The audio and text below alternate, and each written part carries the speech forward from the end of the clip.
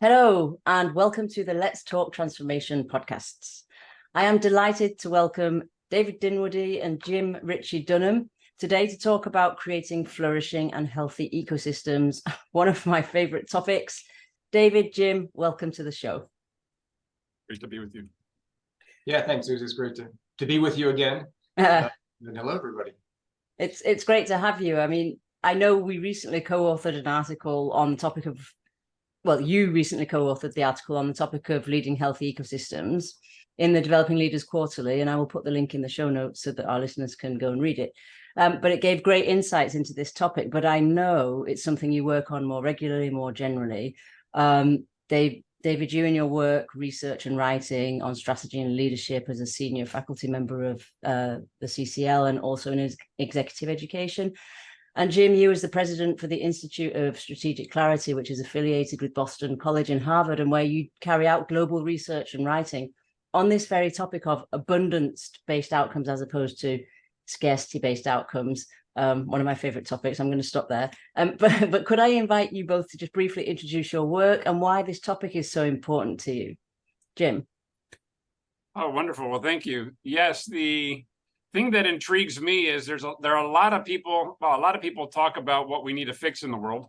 And what I see is, from my position in the business school and public health and strategy, is that people say they want to do something about these critical issues that we have, but the way they go about it stops them from being able to do much. But then we've been able to find through research and practice that there are a lot of groups who are figuring out ways to do things. And so in our studying and working with them, we're starting to find all these practices that we'll be talking about today, and frameworks and ways of looking at the world that do enable people to collaborate and start making some headway on some of these really challenging issues that we're facing. So that's what's gotten me very interested of what do people who are doing something amazing and having fun doing it or working hard doing it, what does that look like? And how can we get more of that going on? And it turns out a lot of people want that. They just don't know how to do it. So yeah, excellent. Hold that thought. Yeah. David. Yeah, and for me, I'm very similar to Jim. My work is very much in the field of strategic leadership. So where strategy and leadership come together to create these flourishing organizations. And I think my passion from that comes from sort of anti-business school. When I did the MBA program, right? And Jim and I studied this together. And I remember it was just drilled into us that resource is finite and resources limited. And we need to find a way to protect the resources that we have, and almost a fear-based approach to how we manage our resource. And the reality is that that's not the case, right? There's abundant resource, and we need to learn to prioritize. We need to learn to how do we get the most of what we have and make the best of what we have, and bring people into the strategy and leadership process that can contribute to that and help us flourish. And we should feel like we're flourishing in the organization. Of course, we're there to achieve results, and we're there to make sure that the organization financially is sustainable over time. And at the same time, we need to feel good about that. In my experience is the better we feel about what we're doing, the more we contribute, and the more the organization flourishes. So that's where I'm coming from. Of course, and I think it's a great point that, business schools and executive education don't necessarily equip us today for that complexity. They equip us for more of the sort of predictable, sort of, as you said, finite, ordered world in Dave Snowden's sort of model, which is why I think today is really about actionable learnings that you've had on this topic, and which, let's be clear, it's still pretty nebulous, isn't it, for businesses and leaders today, but it's becoming an imperative for lots of different areas. So David, can we start with strategy and ecosystems? And, I think that's the biggest challenge today for businesses, but also for leaders, is how do you create a strategy and then lead that strategy to create these ecosystems that people need? What do you see as the biggest challenge there? If I take the sort of strategy lens, I know there are lots of lenses we could take, and we'll try and take a few of them in the next sort of half hour, but what do you think is the biggest challenge for strategy, creating a strategy for this? Yeah, so this might sound a little bit esoteric, but I think what comes to mind for me is the biggest challenge is a mindset shift from a strategy perspective, right? Going from what we've all learned and been so focused on competitive advantage, gaining a competitive advantage. How can I sort of carve out something for myself that nobody else can get into, and shifting that mindset to collaborative advantage. And in today's world, we're seeing this time and time again. This concept of an ecosystem of partnerships requires the collaborative advantage. You know, how can we come together? How can we pull in the right players, the right partners, contributing in the right way, so that we create something that's going to be sustainable over time? And that's a major mindset shift. Yeah, and that's it's huge. right? It's a lot easier to focus on what's my little piece of the pie and how do I protect it, as opposed to how do we do something a bit more expansive. So I would say, from a strategy, when we start to think about the strategy formulation process, think about where we are today, where we'd like to be in the future, and thinking about, it's not just about me and my organization, it's about where we want to be in the future and how we want to come together to do that. And I think it's a mindset shift. It sounds easy, but it's a little bit tougher sometimes than we anticipate. Yeah, it is. And if I come back to what Jim was saying, like nobody really knows what they're doing, but they do things anyway. So I think it's interesting then, Jim, to have a look at what they're actually doing and how much of it is linked to the strategic level of, I'm going to take a longer term vision and a more holistic systems thinking vision and do something that I could call an ecosystem strategy. What do you see them doing, although it's in little bits, I'm understanding? That's fantastic. I think one of the big shifts when we look at, in my own research, it took quite a while for us to let go of the paradigms we were coming in with to be able to start seeing what they were actually doing. So initially we were trying to describe them from the truth that we knew. And we kept finding that we couldn't figure out what they were doing. But one of the key things to what David was just saying that we found is most organizations I see still believe that we know better than anybody else. We figured this out and we're going to do it for you. And what we find in these groups that are much more sustainable, much more resilient, much healthier profit margins, operational, and all that kind of stuff, and engagement, is they're not doing it for people, they're doing it with people. Recognize that we interact. And in our interactions, we're doing stuff. And so I'm not worse off because you're good at what you do or you're healthy. I'm actually better off, and we'll get into that in a little bit. I'm actually better off if you bring something to the game. But then I have to ask, and then I have to inquire, versus knowing what's right for you. Yeah. Without ever asking, which is what most still do. And be smarter, figure out the answer, scale it. And if you talk to people, that just makes things messy. Yeah. Versus we're finding that, well, that also makes you unstable and unviable and lack of resilience. And these other groups are figuring out a very different way. So I think it's a key thing is to shift from, it's not me doing it for you or to you, rather with you. And if you can do that, then what you start doing in the strategic process and the strategic content are completely different. And it sounds so simple when you say it, and it is simple to say, but that's quite a big mindset shift in itself, isn't it? To go from I know everything and I know what I'm talking about to, how about I open the floor and ask you what you think, and maybe it's different from what I think, and maybe I don't know it all.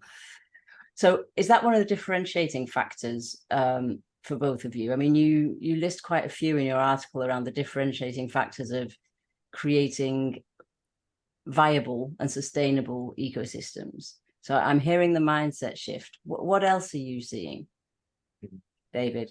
What else are you seeing? Yeah, no, one of the things that I'm working with my clients, that for many years we were doing executive retreats together to sort of take a look at the strategy, think about the strategy, and imagine what the future might look like.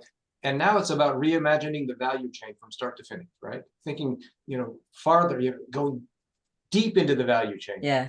And realizing that across the entire scope of the value, from my suppliers to our internal operations, to just distribution network, to the client, to the end consumers, what does success look like for everybody? What does everybody contribute to that? And sort of reimagining how that value chain, how it's managed and how it's led. It's led, and I think the leadership component is becoming more important. There's this concept of interdependent leadership, interdependence amongst all the players, all the partners across the value chain is one of the major concepts. We've often kind of gone from this perspective of a hub and spoke. My company sits at the middle. I've got suppliers and I've got clients and that sort of thing, and I do my thing. And now it's sort of concentric circles of interdependence that we need to learn how to manage and how to lead. And that's a shift towards interdependent leadership. I think that's one of the keys that I'm seeing. Which is really difficult and quite a big mindset shift in itself, isn't it? If you keep it within the given structures. I mean, Jim, you touched on when you said we were trying to work out what they were doing from what we knew. And you also touched on it when, people are trying to figure things out before they get there so that they can show that they know. What else are you seeing coming from your research in terms of this leadership strand, which is massive? I agree, David, around having to lead interdependently. I mean, there's a lot in there and we could do a whole different podcast on it, but what are the main themes you're seeing? Well, one of the things that I'm very excited about, we're doing a lot of work on right now, is measurement. Mm-hmm. And I can encapsulate that with what I was chartered with doing, or asked to do, charged to do by the chairman of one of the larger microfinance banks in the world. Recently, he said, listen, I also have stakeholders as the chairman of the whole thing that I have to report to, and, noisemakers, regulators, all that stuff. But my investors and my board are a big one. And the challenge that I have is we completely believe this and we act this way. And it's clear to see throughout our organization, we're a great place to work. We care about all this stuff. But the feedback that we give ourselves in the universe is all on the financial. The rigor and the auditability of it is all on the financial and operational side. Yeah. So we know exactly how many trips we made to clients. We know exactly how many, dollars or monetary units are outstanding. We know exactly how many people are paying back at any given moment. But what do our customers want? What do our employees want? What do the communities want? We kind of do stories and we kind of have anecdotal data. And so what he chartered me to do was, he said, we've got to come up with as robust a way of telling that story as the other.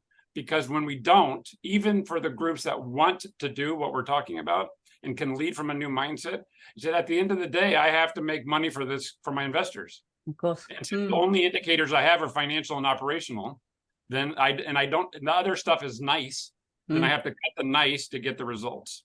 But if we could have a robust story across the whole system, then I could change the narrative. So we call that changing the narrative from, stuff we measure and stuff that's nice to it's all critical. And we show that it's critical because we actually pay attention. We actually ask, we actually engage them, we actually assess things.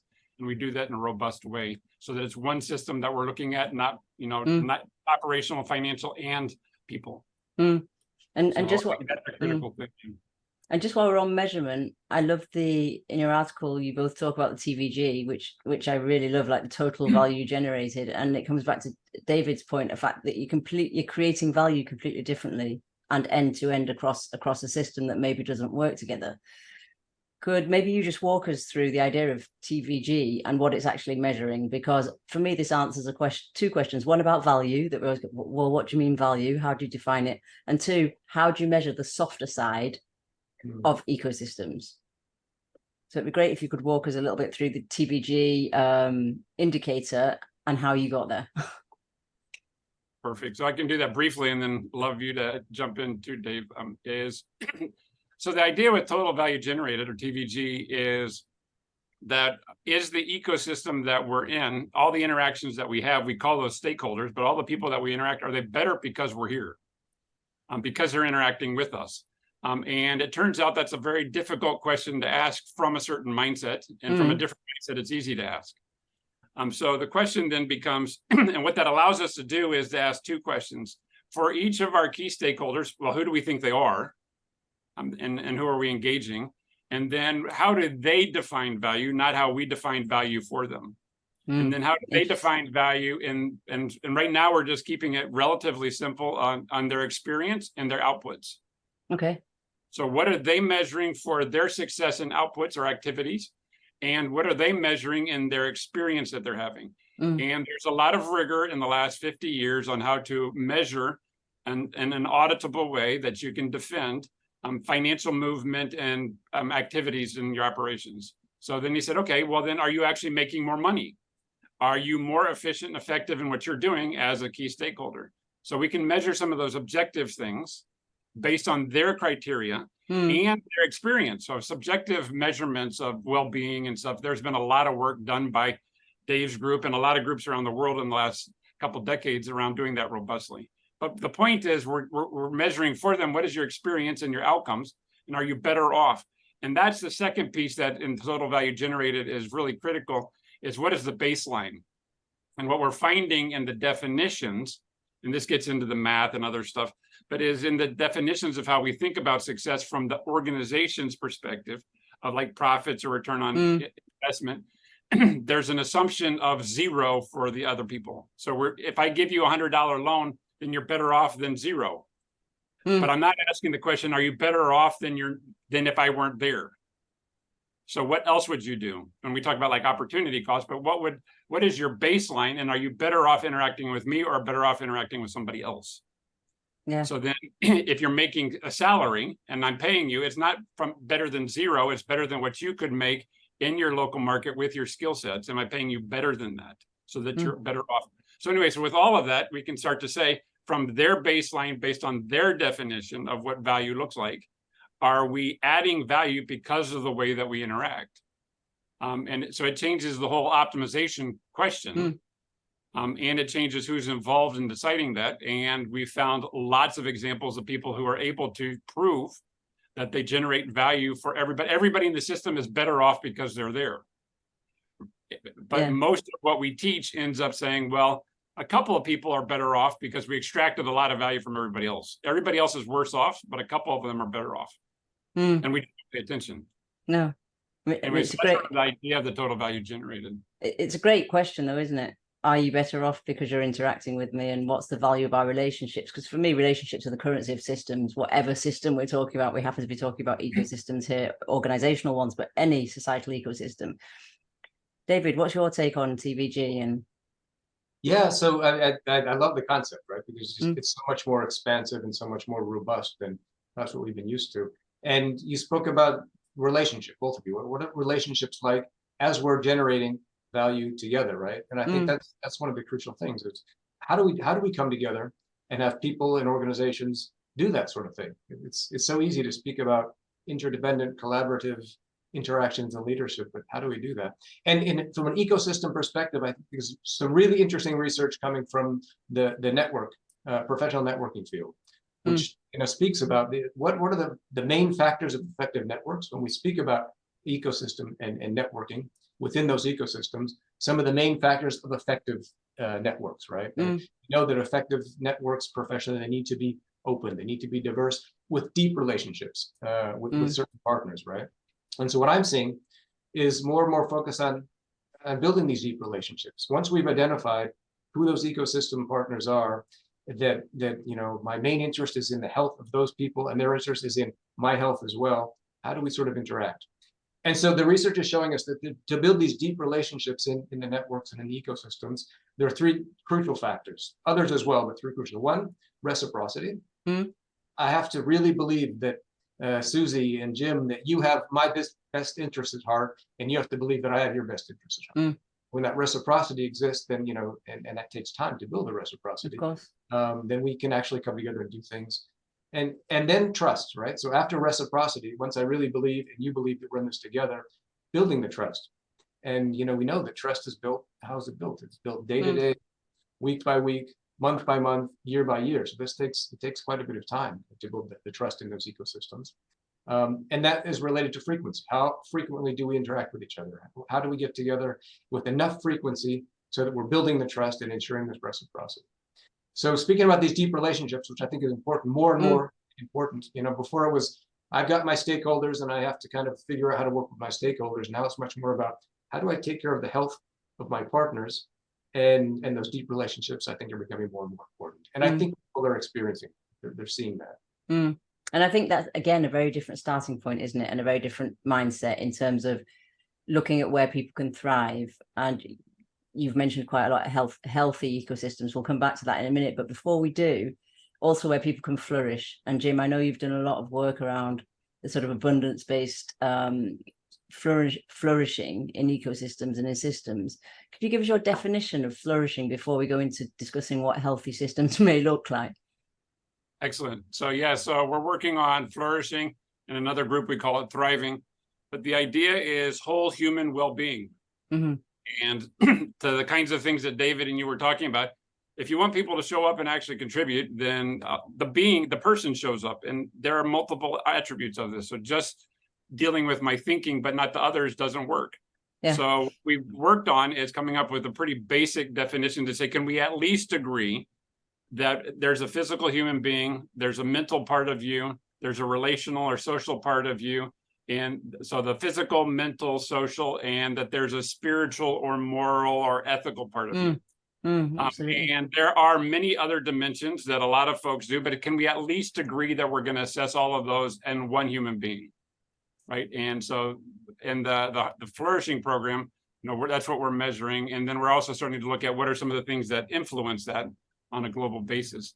But it's saying in everything that we do in business, organizational strategy, as well as public health and epidemiology, those things, when we're looking at an intervention, can we see how it affects all 4 of those dimensions for the people that are involved, at least?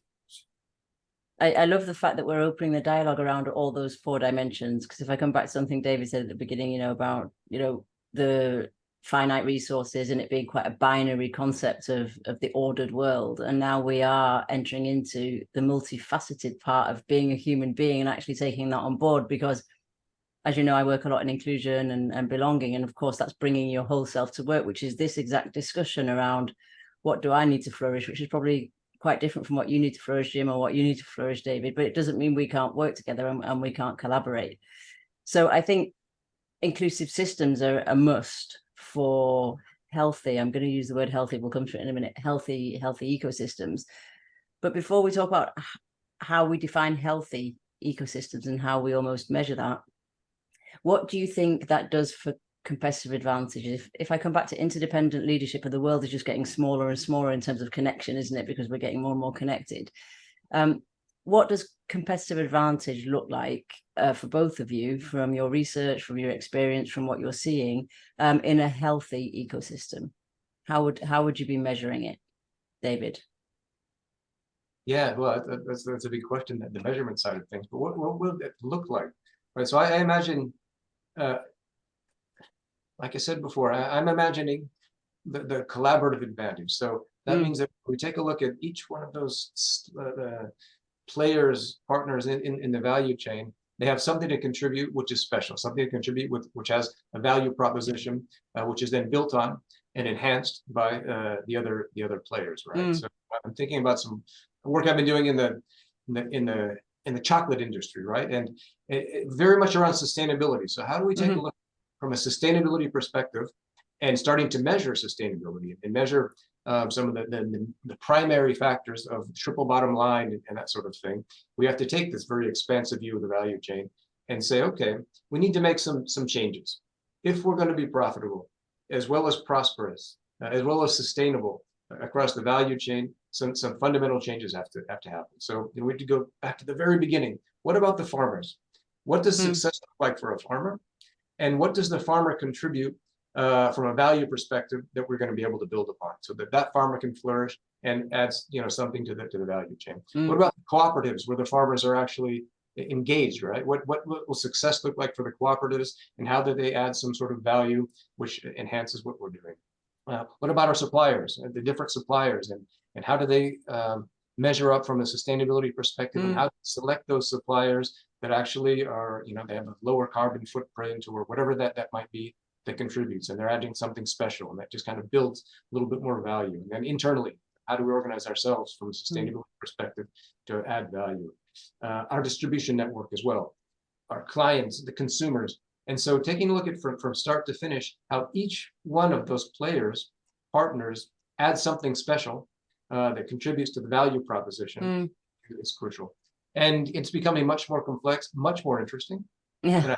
And that collaborative advantage, I think we're starting to see the organizations that are able to vision that and then do something to manage that value chain from a much different perspective. We're seeing them becoming, more and more competitive, more and more sustainable, with futures that look more and more bright. Now measuring that's a trick, and we are seeing there are very hard measures these days, which we can go to.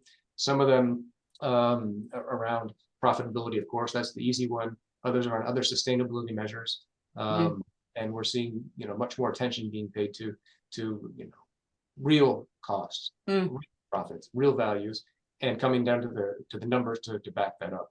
And there are investment funds that are paying more attention to that. Certainly the markets are paying much more attention to that. Regulatory agencies are paying much more attention to that.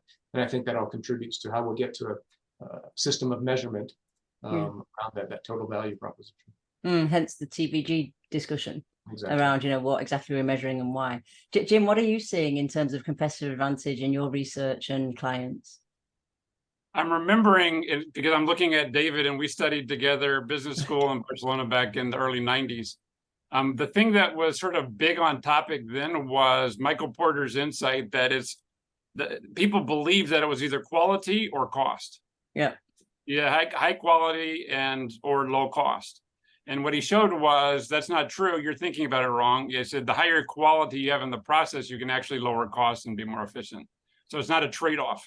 And I see that today we have a similar thing. Is that are you looking at your competitive intensity of your local ecosystem, your local supply chain, or are you looking at the collaborative intensity of your capacity to do that? And if you think of that like a 2x2, then what we teach traditionally in the business school is it's all about the competitive. So like Porter's 5 forces of figuring out everybody's trying to attack your profits. What do you got to do to continue to be viable by setting up barriers or what you can to continue to get your blood out of the system? Yeah. Then that sacrifices collaboration completely. But then there's the flip side of, well, don't do any of that competitive stuff. It's all about collaboration and loving everybody and including everybody. But then there's no way to say, yeah, but I also have to live. Yes.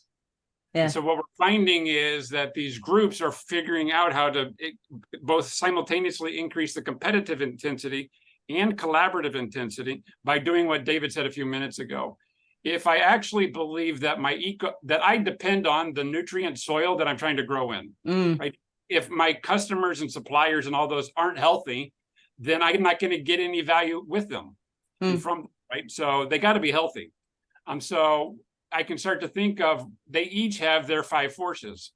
So a competitive intensity way of thinking of that is when I'm thinking about what I said about, am I generating value? Are you perceiving value in your interactions with me? Then you're also getting profits. You're also doing well. So that's the competitive intensity, but we're doing it collaboratively. So together we're looking at solutions that systemically we can come up with, like what you two were describing. We can come up with something together that on our own we can't. Right. And so if we can bring our creativity to it, he said, oh, well, for you to be able to get that, there are things that I can do that are very easy for me to do. And I'll give you one, for example. You're really interested in at a national level, you're very interested in having schools in your area, but they're very expensive to build, or power lines or roads. And what we're doing in the energy industry is we mostly build infrastructure to get to the energy. But we have a massive infrastructure building facility, right, or part of our business. So we could do that in a different way that benefits you far more than getting it another way. But that requires a collaborative working together. So much more intense collaboration to be able to see what the competitive intensity brings. And then from an ecosystem perspective, we're much more competitive because we're more stable. We have multiple sources of revenue and more efficient cost because of the way we're working with the system, not against it. And if I look at your framework, the framework that you put in your article around from whether a company is viable right up to survivable, which is very interesting in terms of getting them to understand where they are on that process. Is collaboration the lever there to go from one level to the next? And is it the only lever that they have? That's a great question, and probably involves, so the direct answer is it probably involves all the stuff that we're talking about, a mindset shift. If what we find is sort of the opposite, if you're only thinking about yourself, then all of the interactions that are required to be able to find different revenue sources, the stability of revenue sources so that you have greater resilience when the system changes, that requires being able to work with others who have access to those resources. Or have access to that way of doing things. So if there's a downturn in the industry and we have to shut a factory, well, then where are we going to get it? Oh, well, we could get it a different way. But that requires relationships in our community, in our ecosystem. So when I don't have those, it makes it very difficult to even remain viable. I'm always begging and trying to figure out where I'm going to extract money from, and then I extract it from somebody, but then I can't go back to them. Right. So there was a downturn and I squeezed all my suppliers, and then now there's an upturn and I need them to take on some of the risk. And they're like, with you, forget it. Right. I don't forget that easily. versus if I have those relationships, I don't have those issues. So I'm able to think more about the stability of the flows, not just do we have enough, and then our resilience of, and are there multiple kinds of ways that we can respond, and opportunities for growth and innovation, those kinds of things. It's interesting because I looked at that scale from viability to survivability, and then I thought, okay, if I want to create a healthy ecosystem that is clearly sustainable, would I go through that process? Or is there something behind that? Do I have to go through all those steps to get to survivability? It would be interesting if you could just walk us through that process and what you're seeing, both of you, around how companies come to a healthy ecosystem, how they create that intentionally. I'm talking about. So I'm on the hypothesis that they want to do it and they're trying to get there. So I'll give the short answer, and then David can fill it in. The short answer is that it's not a step two. If you're in what we call the survivability or resilience realm, then you have the stability and the viability. Okay. And the math of it is very simple. It's viability is, do I have enough in the bucket? Right. So there's a bucket, and do I have enough net resource in here to be able to pay for the things I need to pay for, people and livelihood? Right. So if I look at my outflow rate, and do I have enough to cover my next outflow? And so that's payroll or whatever it is to meet my accounts payable. The stability is I have the balance of my inflows are covering my outflows. Right. And so then I know that I have enough in dedicated resources or buckets to my inflows to cover my outflows. So but that's a very different kind of thinking, looking across the whole value chain that David was talking about. And those tend to be questions that are held in very different groups. How much we have might be accounting and finance. Our inflows might be sales, and then our outflows are more production or HR or things like that. So they be versus a group that's looking across that whole system. But if you have the stability, then you're making sure that you have enough in the bucket. And the resilience is saying, okay, there can be multiple ways that we can get those inflows and outflows. So there are multiple, a more expanded business model. There's more flexibility in what we're doing. If there are downturns or upturns, we can play it in different ways. And that's because we have the flexibility in our relationships, and the kinds of relationships that we can bring in, that we can flex. But that requires being in relationships far more than just looking at our inflows and outflows. But the point is, if you're coming from that perspective, then you have the stability and viability already, because you have enough in the bucket and insurance that you have that.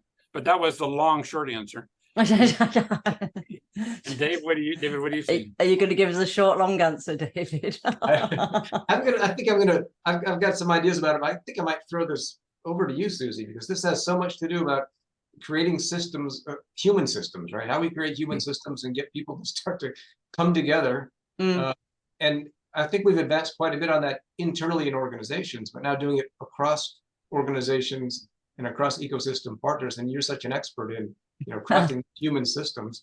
Like I said, I've got some ideas, but I want to kind of see, what do you think about that? How do you craft the way to bring that all together? Well, I think it's interesting because when I looked at the framework, that was my first question. It was like, do you need to go step by step to get to survivability, which I've equaled with flourishing in my mind. I don't know if that's how you put it together or not.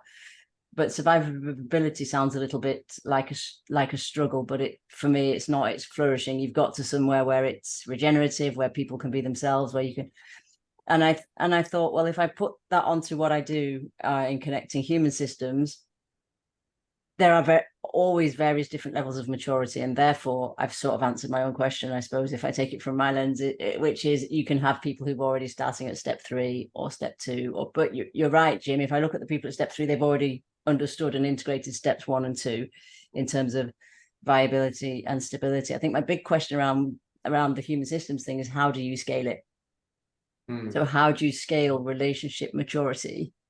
And especially in today's world, where there's quite a lot of mergers and acquisitions and business models are different, and you've got platform business models, and how do you make sure that the whole of your healthy ecosystem is at a level 3? And that was my interrogation as I read through it, and I was thinking, wow, yeah, that's a very interesting question in human systems. Do you intentionally create those interdependent skill sets so that you can, with the tangible objective of moving from viability to survivability.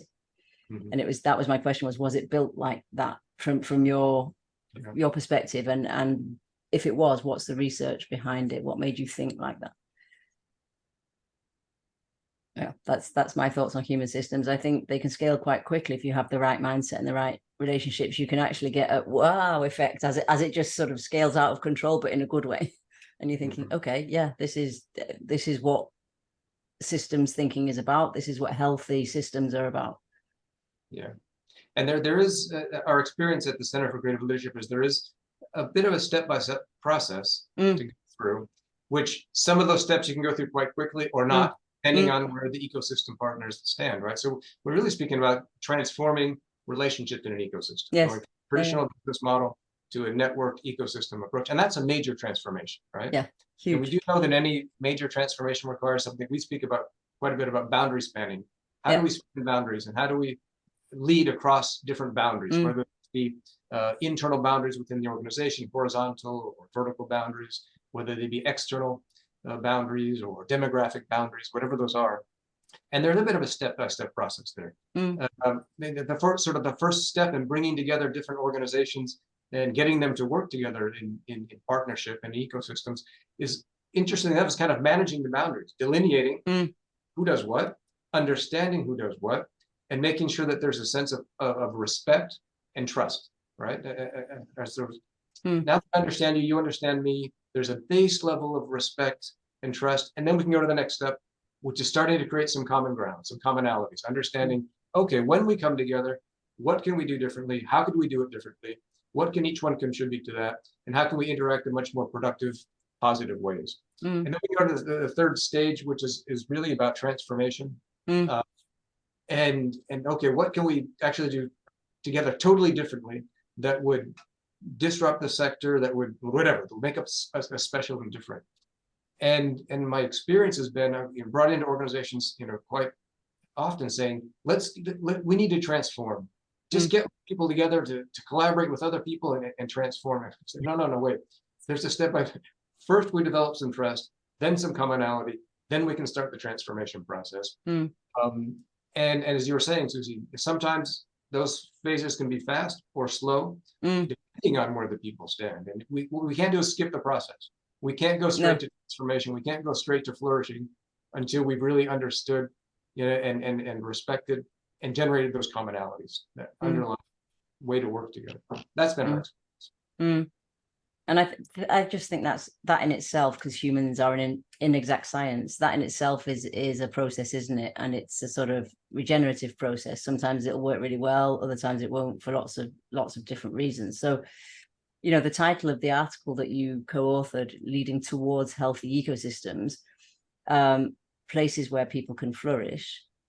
What would your recommendations be to our listeners that are looking to intentionally craft either strategy or behaviors with their teams that could lead them to creating this system of improved relationships and different ways of thinking about what they produce and how they produce it? What do you see, Dave?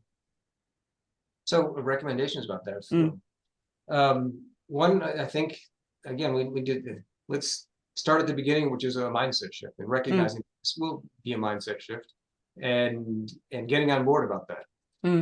We spoke oftentimes these days about transformation, having to have a growth mindset, right? And that's just not that natural to many of us. Clearly not. So let's start with that, and let's help people get into the right mindset so that these ideas, the concepts land, and we can then create strategy together that's going to make sense. It's going to be robust, that we can actually implement on. It's one of my big things, right? We often craft these strategies that look so good on paper, but implementation comes down to the people, right? And are your people ready? Do we really have the right people interacting in the right ways, developing themselves so that they can accompany us in this strategic transformation process? And so this is where the strategy and leadership come together. So I guess one of my recommendations would be, of course, craft a winning collaborative strategy, and at the same time, hand in hand with that, craft a winning leadership strategy that brings people from the different organizations together, and it starts to generate that interdependent collaborative culture, which has to be very, very conscious and specific, and steps taken to create the culture that sets people up for success with this new approach to the ecosystems. So they all have to be brought in and understand what it means for them as leaders and for their behavior. Yeah, and change is such a major part of this. People's orientation towards change, and ensuring that we are leading people through the change process, and accompanying people through the change process, and taking through that change curve, which we know can oftentimes be a bit bumpier than we anticipate, and anticipating that, and making sure that we're preparing the soil, right? Making sure that it's soil and people actually can come and bring their best when things get a little bit tough, because they do get tough ecosystems. Yeah, it's not an easy ride, is it? But that's what makes it interesting. Yeah. Okay, thank you, David. Jim, I'm going to finish on your final thoughts and recommendation. For me, to be able to take on what David was just saying, I find it useful to know where we're starting from. And so, and CCL and a bunch of groups have developed a lot of ways of assessing this. But part of that is the mindset. Are you going to be comfortable with understanding where you actually are? And then what are you trying to do? And are you really up for making that change? Right? And what is that going to require of us? And I think there are two fun things that happen. One is, we're not as good as our anecdotes were across the whole system. Maybe there are pockets where we are and others where we're not.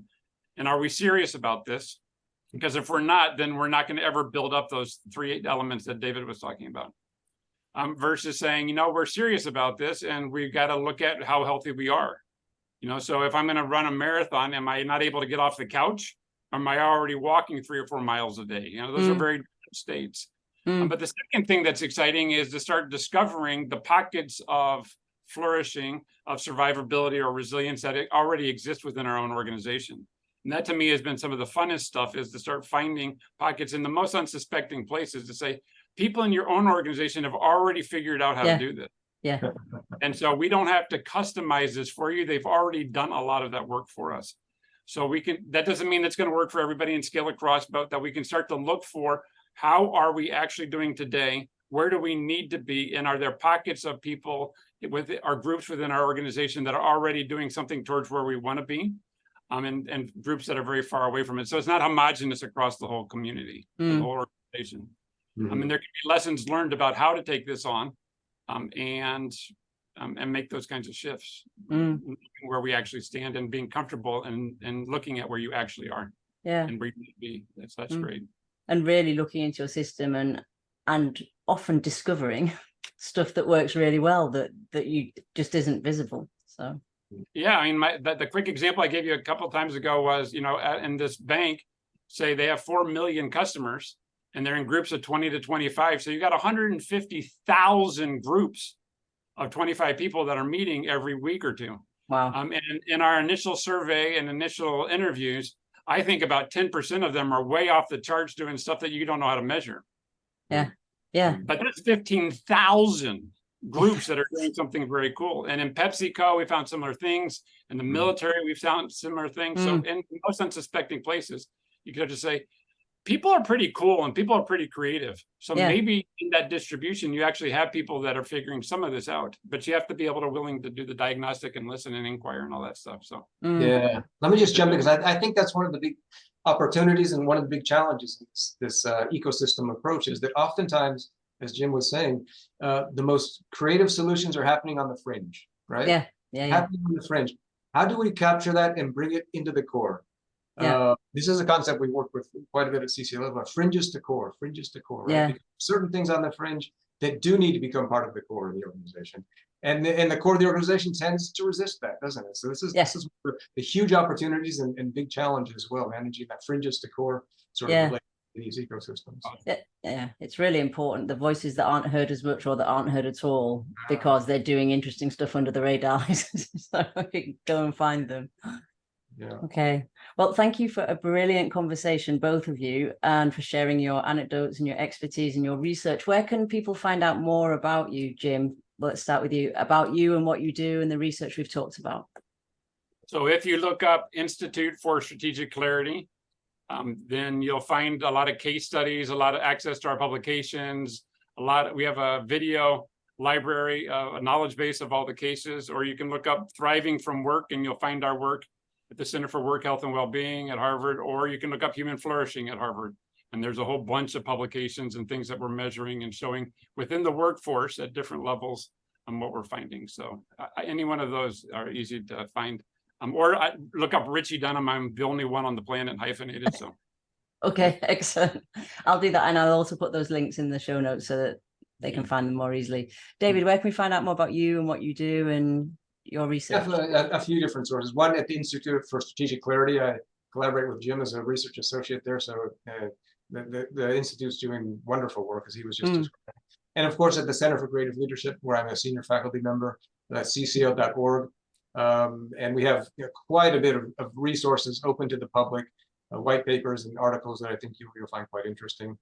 And then probably the most interesting way, if anybody wants to connect with me, is to come to Barcelona. And, let's have a coffee together. So I'm on LinkedIn, so feel free to let me know if you're going to be in Barcelona. Okay. Beautiful place to visit. I'll let our listeners, those who want to come to Barcelona, get in touch with you then. Thanks again. Thanks for a great conversation. Thanks a lot, Susie. Thank you, Susan. Bye.